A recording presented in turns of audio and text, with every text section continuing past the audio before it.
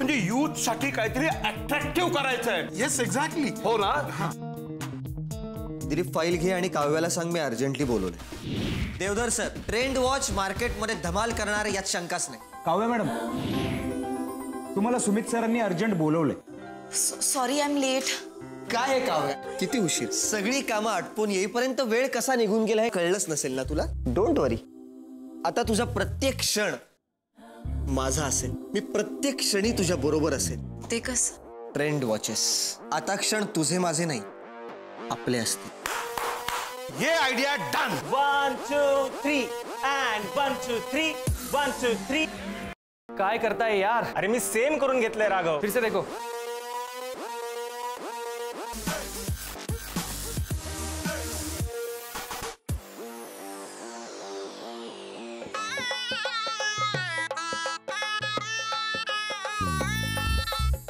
Excuse me sir, तुमचं नाव सांगाल का? माझं नाव विनय हरिश्चंद्र नागपूरकर. ओके. आज आपला MR साहेबांनी किस्सा केलाय.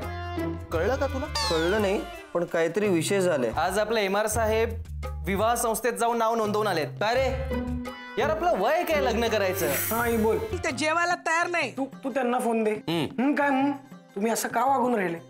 तुम्ही म्हणताय म्हणून मी त्या संस्थेत नाव नोंदवून आलोय. अरे शाब्बास. आता तरी जेवाल ना? अरे जेवणारच.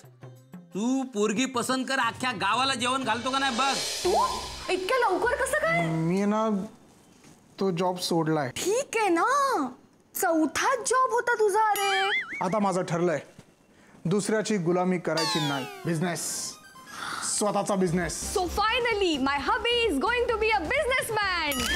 मी स्वप्नपूर्ती वधूवर सूचक मंडळातून आकांक्षा बोलते. हा बोला मॅडम. सर ऍक्च्युली तुमच्या प्रोफाईल नुसार आम्ही काही स्थळांची बोलणी करत होतो आणि त्यातल्या एका स्थळाने तुम्हाला भेटायचं ठरवलं. मला डोंट माइंड. तुम्ही वर्जिन आहात? मी टोटली वर्जिन आहे. तसलं मला आवडलं तुम्ही, पण माझी एक अट आहे. काय? म्हणजे लग्नानंतर तुम्ही फक्त माझ्यासोबत राहाल, तुमचे आई वडील सोडून. जी मुलगी आत्ता ह्याला असं वागवते नंतर फार वाट लावेल याची. सवाल म्हणून मी त्या मंडळातल्या मुलीला लगेच फोन केला आणि सांगितलं मला मुलगी पसंत नाहीये म्हणून. I am proud of. तर प्रॉब्लेम फक्त एकच आहे. आता काय?